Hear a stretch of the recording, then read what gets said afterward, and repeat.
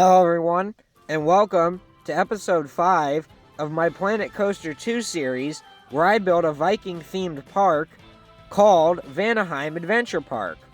This time, we will be building a massive B&M Hyper Coaster, as well as an old school wooden coaster. So let's just jump right into this.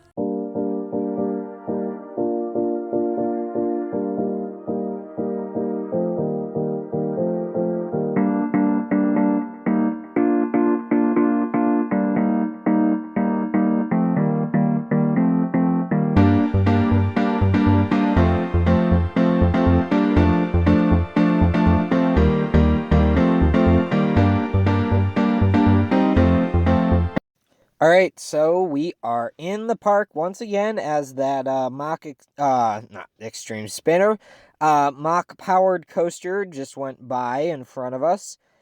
And would you look at that? There is a massive B&M Hyper looming in the distance over the treetops.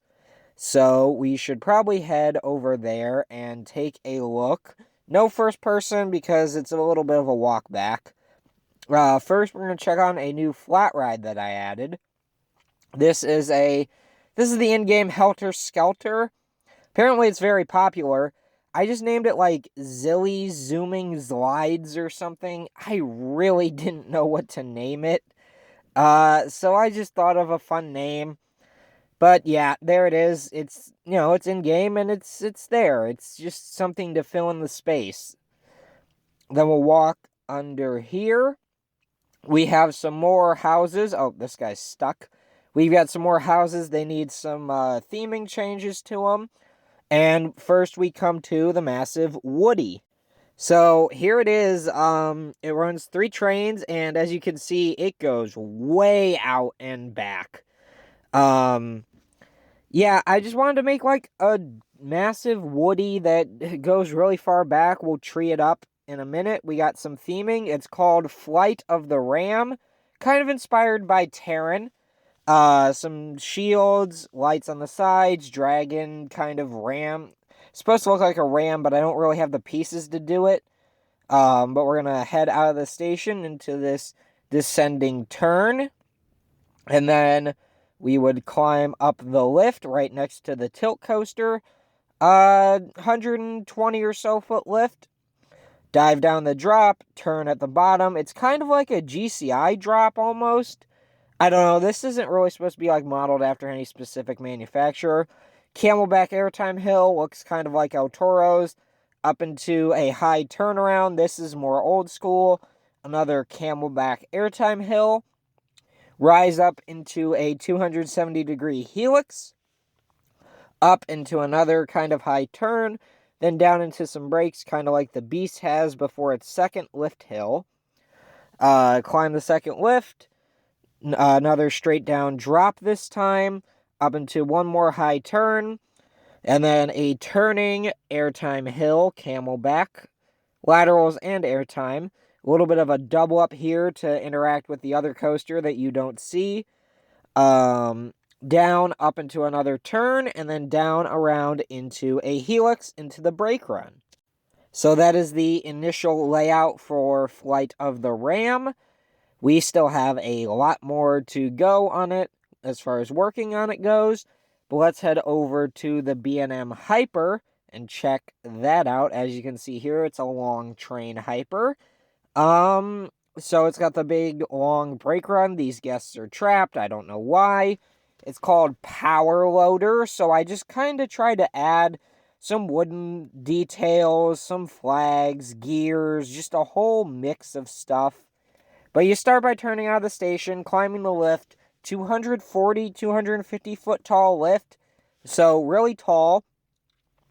First drop, I'm really happy with how the shaping turned out, down into a low to the ground turn, kind of like Diamondback at Kings Island, into a massive camelback airtime hill. This is about 190 feet tall, and it looks more like a top hat if I'm going to be honest, but it does the job. Up into a turnaround, not really as tight as Diamondbacks, but kind of inspired by it. Then another little bit of a jump there, but a camelback airtime hill up into the mid-course. I'm happy with how the shaping turned out. drop off the mid-course, kind of like Mako.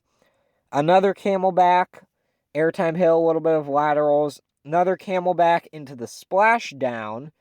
And then you rise up and down into one final turn before popping up into the upper portion of the brake run. But there the long train hyper is, we have to add a lot more theming, theme up the drop tower, more buildings, probably a food court, a lot of foliage has to be added. But it's, this is the beginnings of it. So the next update will be right about now. So here it is. Here's kind of an overview of what got done. A lot of the outlines for things. Copy and pasted this queue cover over. Station, kind of boxy, needs a lot of detailing work done to make it complete and finalized. But basic shell of it's there. Like I said, I copied over the queue structure from the other one. Just kind of seems like something they would do. A lot of the buildings over here are similar to each other, so I figured these two would be the same. Got to recolor some of the roofs. This is a food court, but it's not going to have an interior. I mean, there's stuff inside it. Guests can come in here and, buy what they need or whatever, but I'm not going to actually detail the interior. It's just there for guests to use and to buy whatever they, need from it. Row of houses. So like I said, this is kind of supposed to be like the suburbs almost. B&M Hyper Station, really tall, really big station, but all the hyper stations are. The wings are wider, but the hypers are tall. And then we have the dragon drop here. Just added some theming, added some dragon heads and whatnot to the ride to make it look nice. Here is the splashdown element. Kind of supposed to be like, this is protected because this is supposed to be like a power source for them. That's why it's called Power Loader. But we can see splashes down there. Yeah, it's a water generating device. This is supposed to be like flattened out. So kind of the story is that like this device, they had to clear a lot of land to get the speed up to generate the power, and these were places that kind of dipped low to the ground and they had to excavate out, and that's why there's sand around it, because there's going to be no planting.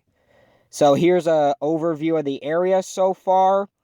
A lot of detailing and foliage comes in the next update. So here we are in the final update of the video. So we have Power Loader, we have the sign in. Over here, Flight of the Ram, the sign is in as well.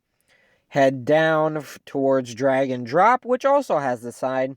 Again, I know, copy and pasting, but it kind of seemed like these are all in one area, so they'd have similar signs. Added some rock work and some beams to the station.